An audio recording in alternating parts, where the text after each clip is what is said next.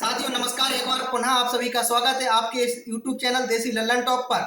आज आप लोगों के लिए एक ऐसी जानकारी, एक ऐसी खबर लेकर आया हूं जिसने जिसने निवेशकों का भरोसा एक बार पुनः तोड़ा और सहारा के अधिकारियों की एक बार पुनः पोल खुली और उनके घोटाले की कहानी एक बार पुनः सभी के सामने आई।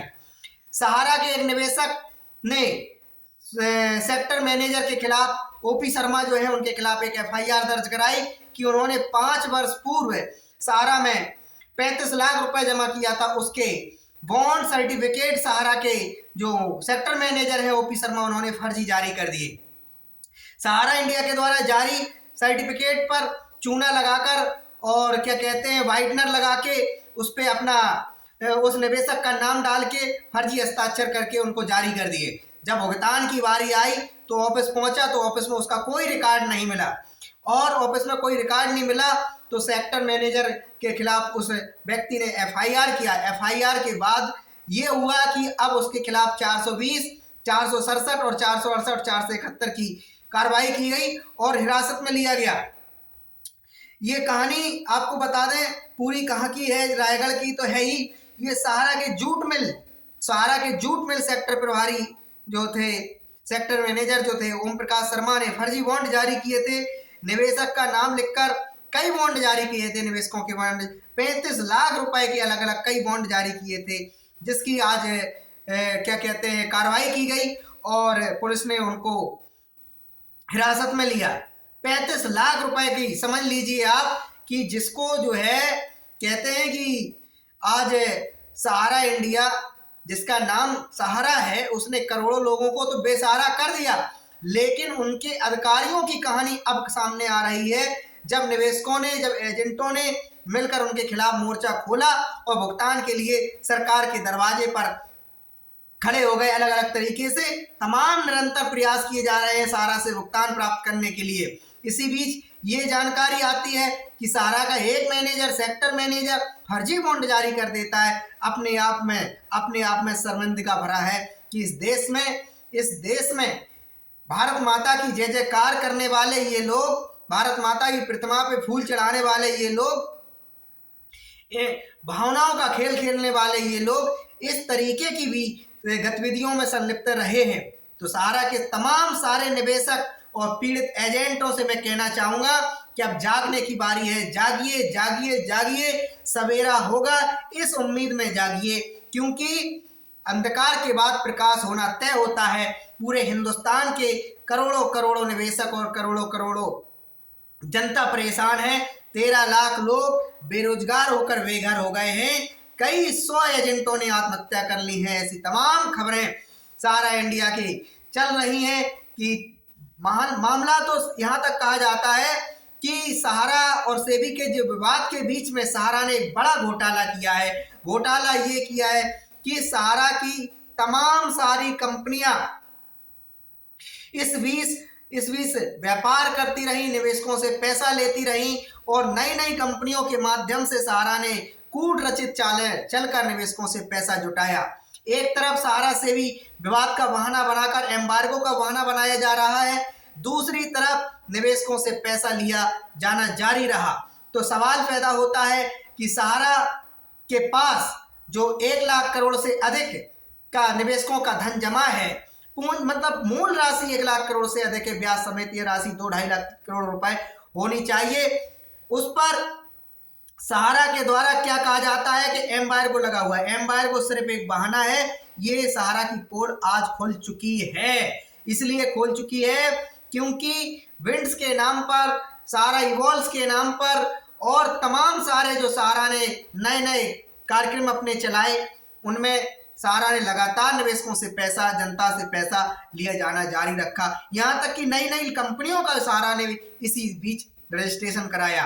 तो ये मंशा सुप्रीम कोर्ट के जो जजमेंट हैं उनके खिलाफ जाती है। माननीय सुप्रीम कोर्ट ने आदेश दिया था निवेशकों का भुगतान होना चाहिए, सेबी के पास पैसा जमा करना चाहिए। सारी चीजों में ये सहारा इंडिया के जो अधिकारी हैं, सहारा के शीर्ष प्रबंधन के लोग हैं, विफल रहे हैं। निवेशक त्राहिमाम कर रहा है। ऐसे में जागने की जरूरत है, प्रयास करने की जरूरत है।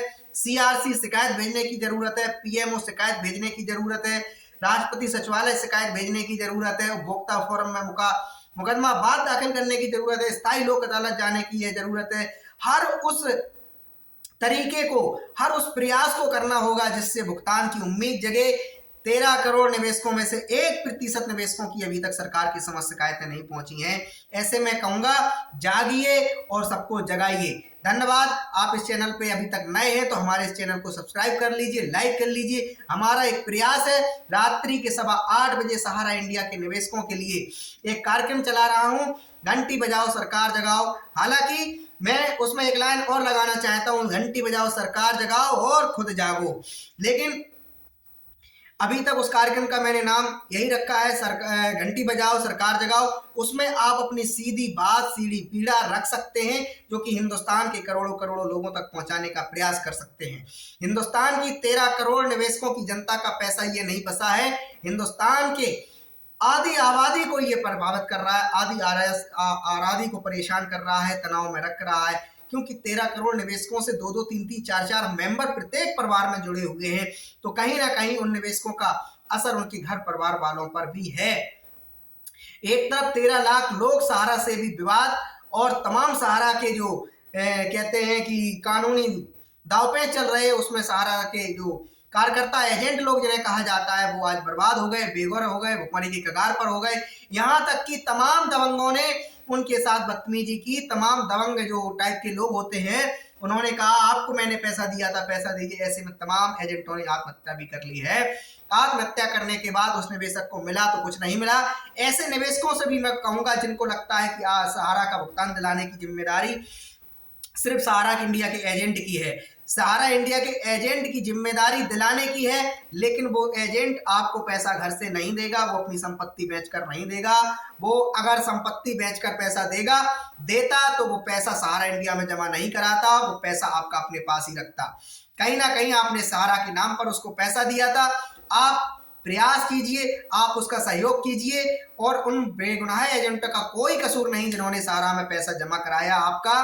उन्होंने अपना पेट की खातिर पैसा सहारा में जमा कराया, लाइसेंस दिया सरकार ने, रजिस्ट्रेशन दिया सरकार ने। सरकार की जिम्मेदारी है निवेशकों का भुगतान दिया जाए। मिडिल क्लास फैमिली के लोगों का पैसा सहारा में जमा है, सब्जी बेचने वाले लोगों का पैसा जमा है, दूध बेचने वाले पैसों का जमा है, गरीब से गरीब अंतिम पायदान में, अंतिम पंक्ति में खड़े हुए व्यक्ति का पैसा जमा है। ऐसे में सरकार की जिम्मेदारी और अधिक बढ़ जाती है। इस मामले पर सरकार कुछ करे और निवेशकों के लिए एक राहत पैकेज दे।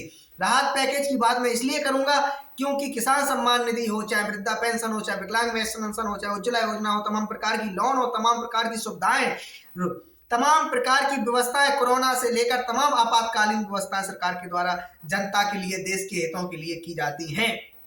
तो ऐसे में ये मामला आधी आबादी को प्रभावित कर रहा है, करोड़ों लोगों को परेशान कर रहा है, लाखों लोगों को बेघर कर दिया है, बेरोजगार कर दिया है। तो सरकार की जिम्मेदारी और अधिक बढ़ जाती है। सरकार अपने भारत से एक राहत पैकेज जारी करे और निवेशकों की भुगतान की प्रक्रिया सुनिश्चित करे। कोरोना काल में हो चाहे नोटबंदी में हो, नोटबंदी में लाइनें लगाकर लोगों से पैसा जमा करवा लिया जाता है। इसी प्रकार की लाइनें लगाकर सहारा के निवेशकों को भुगतान देने की व्यवस्था अब सरकार की है, सरकार को करना चाहिए और सहारा पर नकेल कसनी चाहिए। सहारा की जितनी भी संपत्तियां हैं उनको अपने कब्जे में लेना चाहिए, उनके अपने अंडरटेक लेना चाहिए, अपनी व्यवस्था में, अपनी देखरेख में लेना चाहिए।